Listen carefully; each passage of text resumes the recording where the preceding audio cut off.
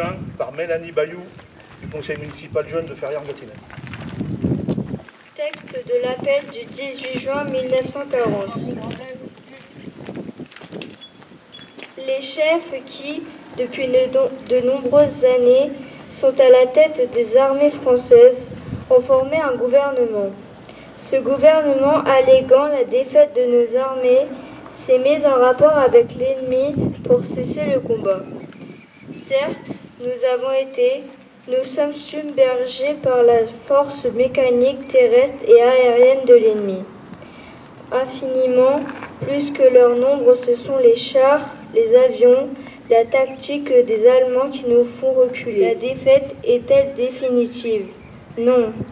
Croyez-moi, moi qui vous parle en connaissance de cause et vous dis que rien n'est perdu pour la France, les mêmes moyens qui nous ont vaincus peuvent faire venir un jour la victoire. Cette guerre n'est pas limitée au territoire de notre malheureux pays. Cette guerre n'est pas tranchée par la bataille de France. Cette guerre est une guerre mondiale.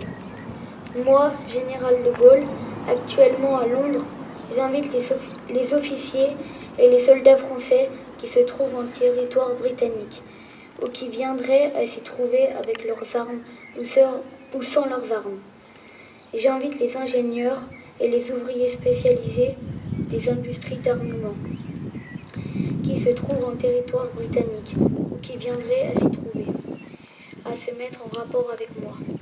Quoi qu'il arrive, la flamme de la résistance ne doit pas s'éteindre et ne s'éteindra pas. Demain comme aujourd'hui, je parlerai à la radio de Londres.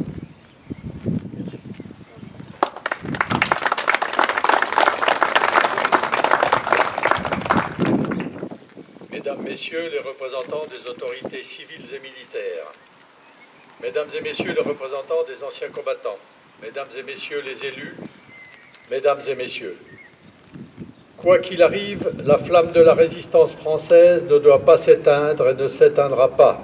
Ce sont les derniers mots de l'appel du général de Gaulle lancé le 18 juin 1940 sur les ondes de la BBC à Londres. Il témoigne d'un courage et d'un sens de l'honneur hors du commun. En ce printemps 1940, le destin de la France est en train de vaciller. Le gouvernement Pétain a, la veille, annoncé la cessation des combats. La France capitule. De Gaulle voit un autre destin pour notre pays. Il appelle chaque Français à ne pas se résigner à cette fatalité d'anéantissement de la nation française au profit d'un régime totalitaire et sanguinaire. Il appelle chacun à lutter pour sa liberté.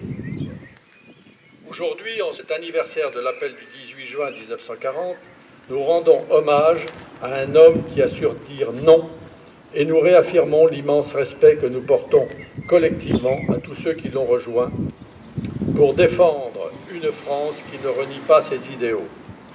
C'est leur exemple qui doit aujourd'hui continuer à nous inspirer, car si le 18 juin appartient résolument à notre histoire, il ne fait pas partie de notre passé.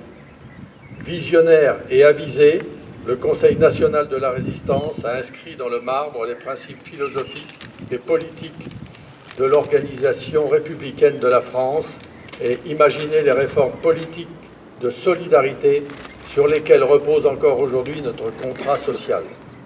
Je terminerai en ayant une pensée particulière pour les peuples qui, ailleurs dans le monde, résistent et luttent contre les dictatures qui les gouvernent. Je leur souhaite de trouver le rappel du 18 juin. La soumission n'est en rien une fatalité. Les hommes peuvent choisir leur destin. Merci de votre écoute.